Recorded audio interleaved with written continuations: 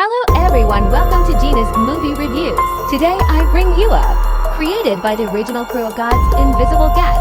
The degree of brain burn and the scale of beauty are flying together. The whole play is reversed many times, not until the last moment. The Spanish high-scoring suspense drama that didn't know the ending. The most innocent episode 1. The story begins with a man shaving his head in prison. His name is Make. Don't look at Mark's fierce look. But before going to jail, he's actually just a law-abiding regular guy. One day, he and his brother Gizmo went to the nightclub happy, but Mick actually hates the hustle and bustle of nightclubs, so I left early. I don't know. It was this decision that made him fall into the abyss. Meg met a man named Yellow Woman. The two fell in love at first sight. Meg was then led onto the dance floor by her. I don't know, he's not far away. Yu's boyfriend huge, but eyeing. Looking at this man who harassed his girlfriend, Huge and Yizma happened to know each other. So the two parties assembled. A quarrel started at the bar door. Go out soon to watch the lively May, also by Huge. A man named Danny was pulled into the fray. The battle of words has turned into a fight of fists and feet. In fight, Mick accidentally pushed Danny onto a rock. From this moment, Mick's life was ruined. Before this, Mick is a law student with excellent academic performance. But that night, Mick became a murderer. He not only has to face the trial of the law, I have to face the painful eyes of Danny's parents. In the end, Mick went to jail for manslaughter. While in prison, after being locked up with these criminals, with blood on their hands, understand what fear is. With a docile personality, he is bullied by his inmates every day. The only thing that can bring him comfort is its brother Yizima's regular visit. But Mick's bad luck is not over yet. While his parents were in prison, both died in a car accident. Ironically, Mick therefore got the only chance to get out in a 4-year sentence. On the day Mick attended the funeral, he is in his hometown, met a girl named Ailawea. The two fell in love at first sight. However, Mick was afraid to tell her that she was a prisoner. I can only leave Ailawea silently the next day. Mark thought, I will never see Ailawea again for the rest of my life.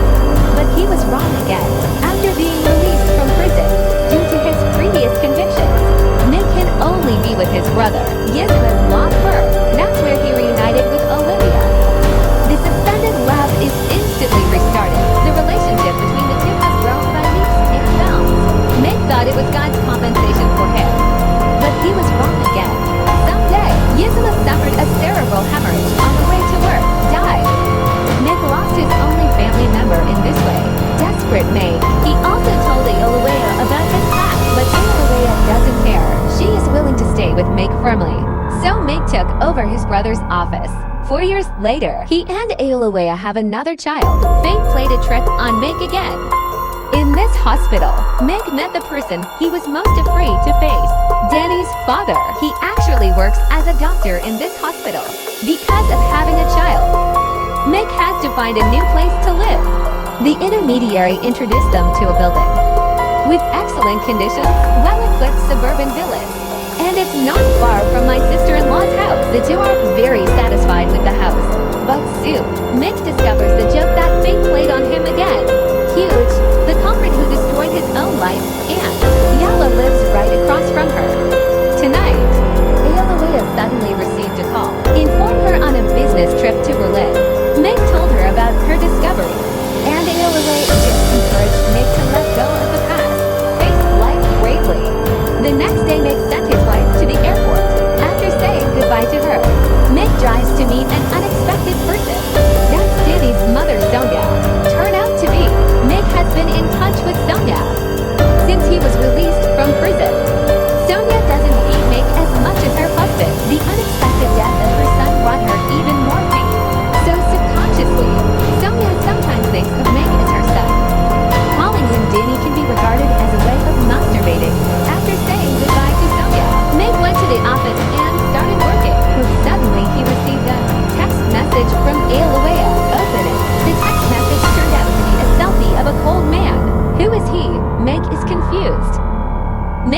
replied to the message after get off work, but Aolawea's account is offline. Meg called Aolawea again, but no reply.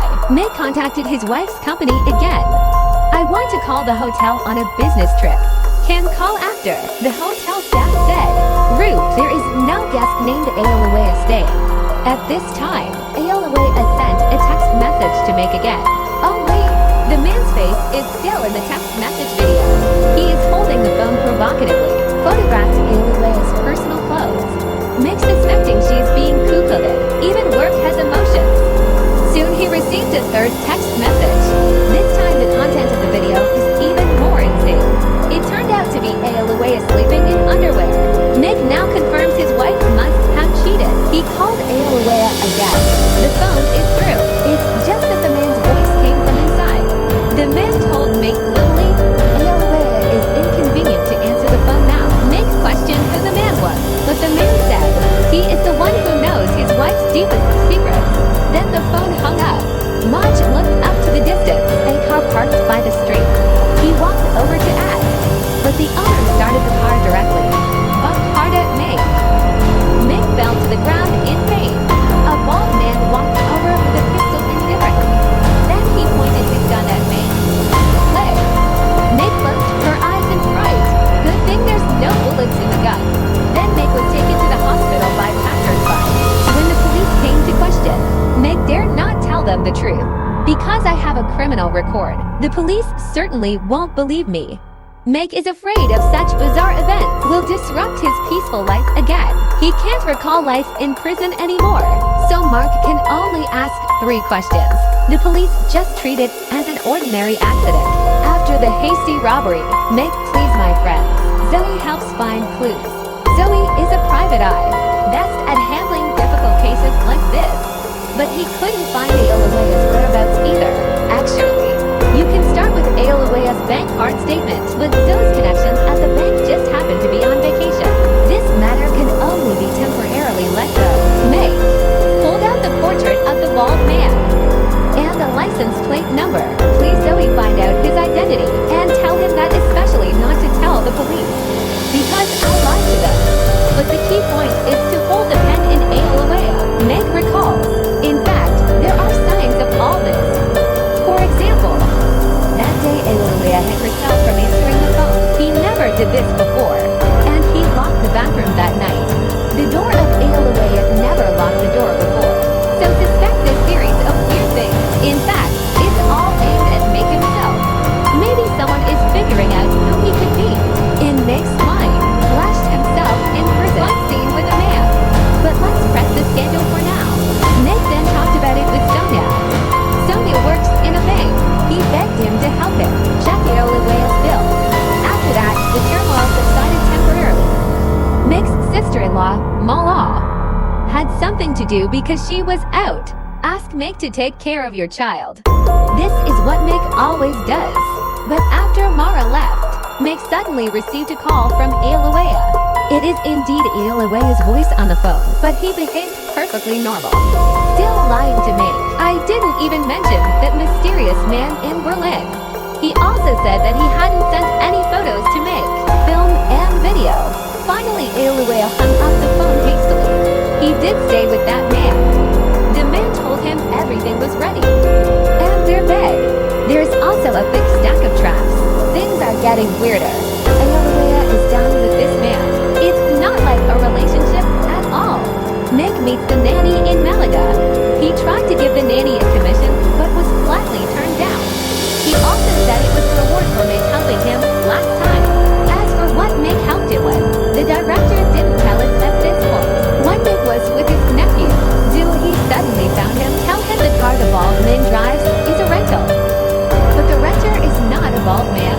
It's an ex-offender named Caesar. So take out the picture. Meg found out. This Caesar, the man who stays with his wife. Meg racked his brain. Can't think of what kind of relationship did I have with this Caesar.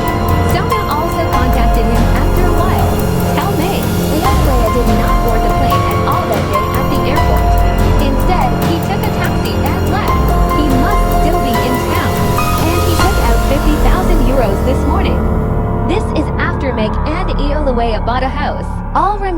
savings. Aolawea is obviously doing something in secret. Meg knows nothing about it. The next day, Meg drove to Mala's house, comforting my sister-in-law who is still grieving. Kisei Z again contacted Meg on Aolawea's phone. Meg now knows his identity. Kesizer then said, Mary's doorbell will ring after 30 seconds. If Meg could tell others what happened next. He cut off Aolawea's tongue. Meg looks out the window. I found that Saiji was spying on me. And that's when the doorbell rang.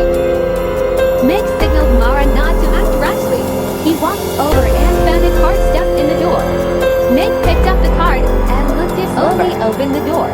So far, suspense drama.